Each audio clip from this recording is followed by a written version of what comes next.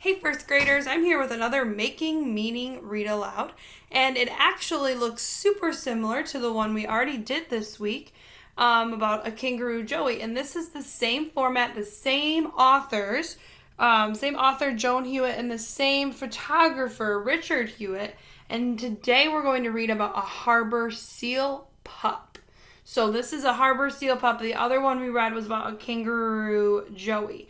So we're going to read about the harbor seals. We're going to pause and ask questions, think about what we learn, and do some wondering. As always, you can send Miss Lumsden your wonderings, and maybe we can have a conversation about those. So today our harbor seal pup is named Sydney. She was born on land near the ocean, and this is where the seal mothers come to give birth and to nurse their pups. So today we're going to read the whole story, and we will listen well and think and learn about the harbor seal. Some information might surprise you or even be new. Before I begin, I would love for you to pause and think about what you already know about harbor seals. All right, let's start our read aloud. By the ocean. The harbor seal pup is 2 weeks old. Her name is Sydney. Sydney stays close to her mother, and she drinks her mother's milk. Miss Lumsden's having a connection already to our other book about the kangaroo Joey, who also drank their mother's milk. Waves crash on the rocky beach. Harbor seal families lie in the warm sun. Sydney and her mother lie in the sun too. Sydney's mother gets hungry. She dives into the water to catch fish. The water is too cold for Sydney, so Sydney just stays on shore. The seal pup waits for her mother. She waits for 3 days. She is very hungry. People notice the seal pup, and she is alone. Will her mother come back? The next day, the seal pup is still alone, and the people call for help, and Sydney is rescued. All right, pause here and think about what you learned about Sydney in her first couple weeks of her life. You might also think about any connections you have or any wonderings you might have. Nursed back to health, Sydney is brought to a sea mammal center. A scientist named Peter is in charge. Peter takes care of young seals. He lifts the thin pup from her cage. Sydney is weak from hunger, and Peter knows just what to do.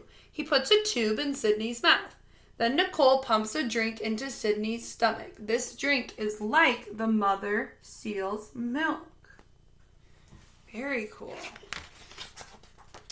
Sydney is full. She is also very tired, and she falls asleep. When Sydney wakes up, her eyes are bright, and she looks around.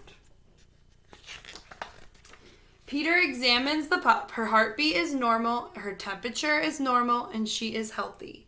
Sydney has a full set of teeth. That means she's at least 3 weeks old. Sydney is small for her age. All right, I want you to pause and think about the things that Sydney has done now to get back to being healthy. Also, if you have anything you're wondering or any connections. Sydney gets her drink 3 times a day. She becomes stronger. Using her flippers, she scoots around.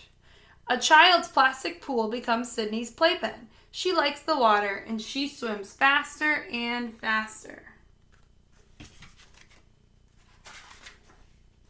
Nicole shows Sydney a fish. Sydney does not want it. But Nicole does not give up. Day after day, she wiggles a fish in front of Sydney. And finally, one day, Sydney swallows it. Before long, Sydney wants to eat fish. She waits for her bucket of fish in the morning, and the pup is gaining weight. She no longer needs her healthy drink.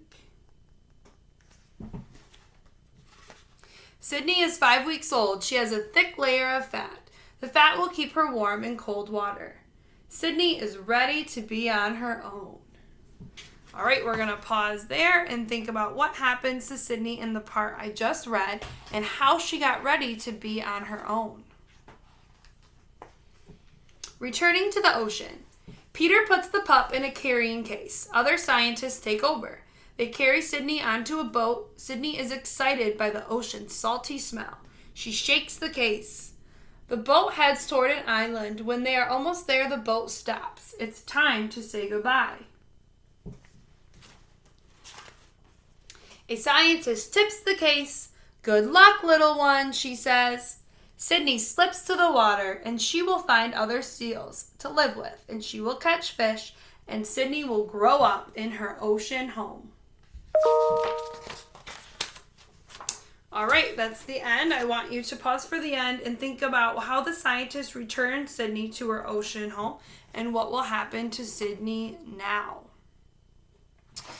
You can see in the back of the book, it's just like our Kangaroo Joey book with the timeline of how old they are and the things that they can do depending on how old they are.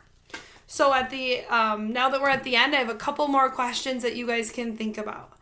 Something you learned today from our reading, something you're wondering today from our reading, and a connection that you have from our reading today. All right, have a great day. Talk to you guys soon. Bye.